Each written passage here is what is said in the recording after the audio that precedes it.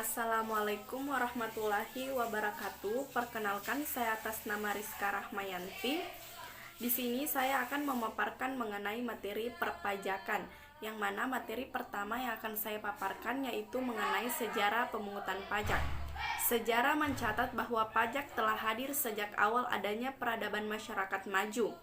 Hal ini dibuktikan dengan ditemukannya beberapa dokumen sejarah berupa tulisan kuno berbentuk baji dan Mesopotamia, yaitu sebuah wilayah subur di antara sungai Euphrates dan Tigris yang sering dianggap sebagai tempat lahirnya peradaban manusia.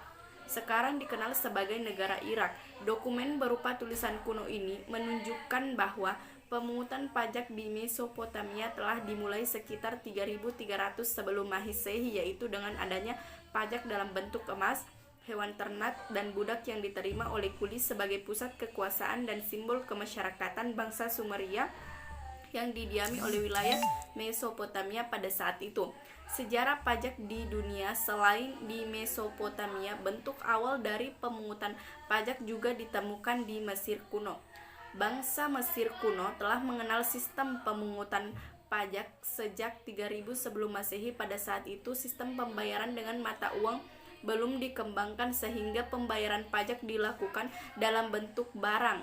Sistem pemungutan yang diterapkan oleh Mesir kuno juga telah menentukan apa saja objek yang dikenakan pajak, yaitu gandum, minyak goreng, peternakan, bir, hasil pertanian lainnya, penggunaan sungai Nil untuk pengangkutan barang, serta perdagangan dengan pihak asing.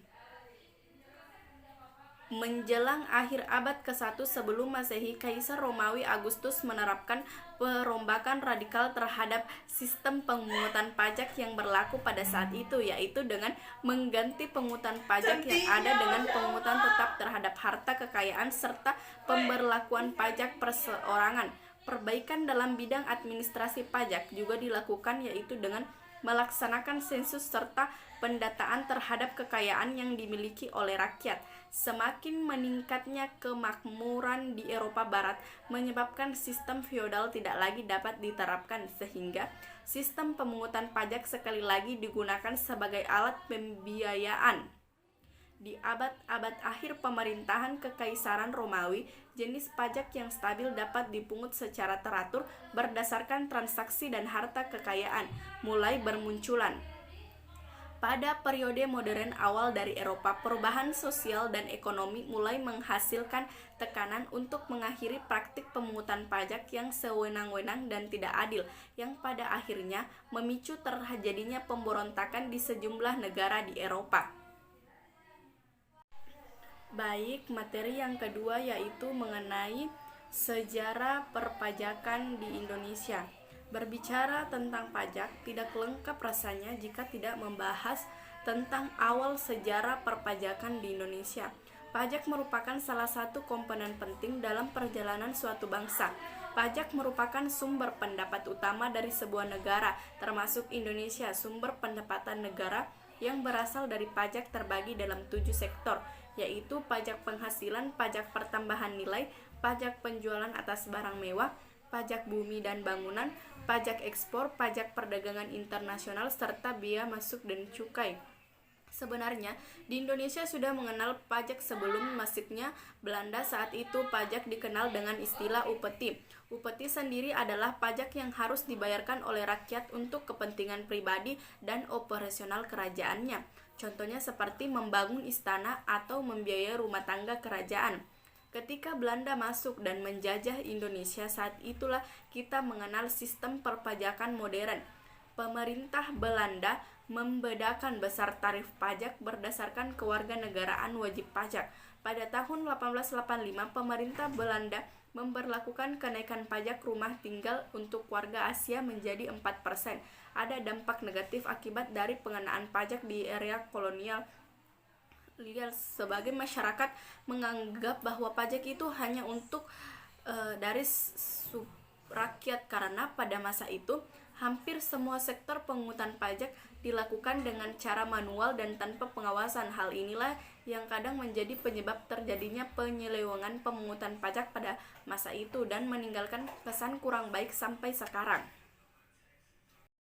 Baik, materi yang ketiga yaitu mengenai asas dan dasar pemungutan pajak Adam Smith. Asas equality pemungutan pajak yang dilakukan oleh negara harus sesuai dengan kemampuan dan penghasilan wajib pajak. Negara tidak boleh bertindak diskriminatif terhadap wajib pajak. Asas certainty semua pemungutan pajak harus berdasarkan undang-undang sehingga bagi yang melanggar akan dapat dikenai sanksi hukum. Asas convenience of payment pajak harus dipungut pada saat yang tepat bagi wajib pajak. Saat yang paling baik misalnya di saat wajib pajak baru menerima penghasilannya atau di saat wajib pajak menerima hadiah. Asas efisiensi biaya pemungutan pajak diusahakan sehemat mungkin, jangan sampai terjadi biaya pemungutan pajak lebih besar dari hasil pemungutan pajak. Dasar pemungutan pajak hukum pajak harus memberikan jaminan hukum dan keadilan yang tegas baik untuk negara selaku pemungut pajak maupun kepada rakyat selaku wajib pajak. Di negara-negara yang menganut paham hukum segala sesuatu yang menyangkut pajak harus ditetapkan dalam undang-undang. Dalam Undang-Undang Dasar 1945 dicantumkan pada pasal 23 dasar hukum pemungutan pajak oleh negara. Dalam pasal itu ditegaskan bahwa pengenaan dan pemungutan pajak termasuk biaya cukai untuk keperluan negara hanya boleh terjadi berdasarkan undang-undang. Pasal 23 ayat 2 Undang-Undang 1945 mempunyai arti yang sangat dalam, yaitu menetapkan nasib rakyat, betapa caranya sebagai bangsa akan hidup dan dari mana didapatnya belanja hidup harus ditetapkan oleh itu sendiri dan perantara Dewan Perwakilan Rakyat sebagai wakil mereka. Rakyat menentukan nasibnya sendiri, karena itu juga cara hidupnya. Oleh karena itu penetapan belanja mengenai hak rakyat untuk menentukan nasibnya sendiri. Maka segala tindakan yang menempatkan beban kepada rakyat seperti pajak harus ditetapkan dengan undang-undang dengan persetujuan wakil-wakil mereka yang duduk di lembaga legislatif. Baik, materi yang ketiga yaitu mengenai sistem perpajakan. Sistem perpajakan adalah mekanisme yang mengatur bagaimana hak dan kewajiban perpajakan suatu wajib pajak dilaksanakan. Pada uraian di bawah itu disajikan berbagai sistem perpajakan. Official assessment menurut sistem perpajakan ini, besarnya pajak yang terutang ditetapkan sepenuhnya oleh institusi pemungutan pajak. Wajib pajak dalam hal yang bersifat pasif dan menunggu penyampaian utang pajak yang ditetapkan oleh institusi pemungut pajak. Self-assessment menurut sistem perpajakan ini, besarnya pajak yang terutang ditetapkan oleh wajib pajak. Dalam hal ini, kegiatan menghitung, memperhitungkan, menyetorkan, dan melaporkan pajak yang terutang dilakukan oleh wajib pajak. Peran institusi pemungut pajak hanyalah mengawasi melalui serangkaian tindakan pengawasan maupun penegakan hukum. Withholding system adalah sistem pemungutan yang memberikan otoritas kepada pihak ketiga dalam penentuan besaran pajak terutang wajib pajak. Pihak ketiga yang dimaksud bukan berasal dari pemerintah maupun wajib pajak yang bersangkutan. Contoh sistem pemungutan pajak dengan sistem yang satu ini, yakni pemotongan penghasilan karyawan oleh bendahara. Instansi terkait dengan begitu karyawan tak perlu ke KPP untuk melakukan pembayaran atas potongan pajak tersebut. Sejak perubahan ketentuan peraturan perundang-undangan perpajakan pada tahun 1983, reformasi perpajakan Indonesia menggantikan peraturan perpajakan yang dibuat oleh kolonial Belanda. Indonesia telah mengganti sistem pemungutan pajaknya pula di sistem official assessment menjadi sistem self-assessment. Kepercayaan diberikan kepada wajib pajak untuk menghitung, memperhitungkan, membayar, dan melaporkan sendiri jumlah pajak yang seharusnya terutang berdasarkan peraturan perundang-undangan perpajakan. Materi yang terakhir yaitu mengenai kepatuhan perpajakan. Definisi kepatuhan perpajakan. Definisi kepatuhan wajib perpajakan menurut Safri Nurmanto dalam Siti Kurnia adalah kepatuhan wajib pajak dapat didefinisikan sebagai suatu keadaan di mana wajib pajak memenuhi semua kewajiban perpajakan dan melaksanakan hak perpajakannya. Adapun menurut Masyhud Siddiq dalam Siti Kurnia Rahayu mengemukakan bahwa kepatuhan memenuhi kewajiban perpajakan secara sukarela merupakan tulang punggung sistem self-assessment di mana wajib pajak bertanggung jawab menetapkan sendiri kewajiban perpajakan dan kemudian secara akurat dan tepat waktu membayar dan melaporkan pajaknya tersebut.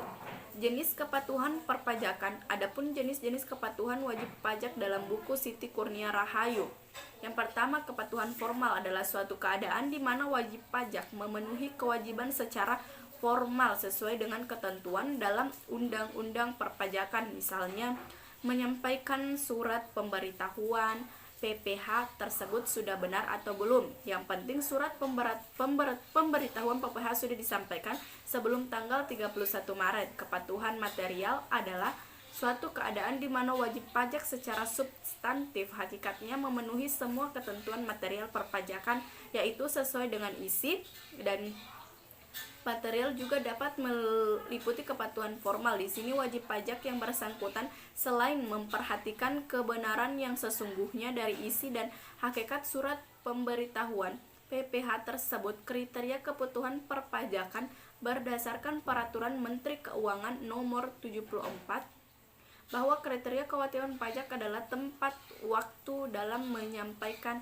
SPT, tidak mempunyai tunggakan pajak untuk semua jenis pajak kecuali telah memperoleh izin untuk mengangsur atau menunda pembayaran pajak.